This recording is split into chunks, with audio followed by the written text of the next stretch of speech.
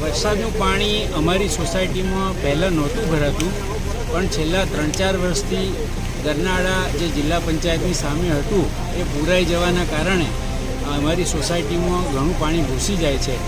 આ અંગે જિલ્લા પંચાયત નવી બનવાની હતી ત્યારે પણ અમે રોનક પાર્કના રહીશો એકત્ર થઈ અને માન્ય જિલ્લા વિકાસ અધિકારી સાહેબને રજૂઆત કરવા ગયેલા ત્યારે એમણે ખાતરી આપેલી કે અમે પાણીનો ભરાવો સોસાયટીમાં આજુબાજુના રહીશોને ન થાય એ મુજબનું વિસ્તૃત આયોજન કરીશું.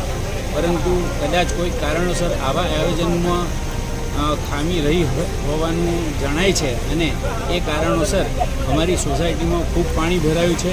રહીશોને અવર જવરમાં ખૂબ જ તકલીફ પડે છે અને સરકારી કચેરીઓ, કલેક્ટર કચેરી અને જિલ્લા પંચાયત કચેરી ખાતે પણ પાણી ભરાય છે. એટલે રહીશો ઉપરાંત નાગરિકોને પણ કદાચ 2-3 દિવસ સુધી ઘણી અગવડ પડશે એવું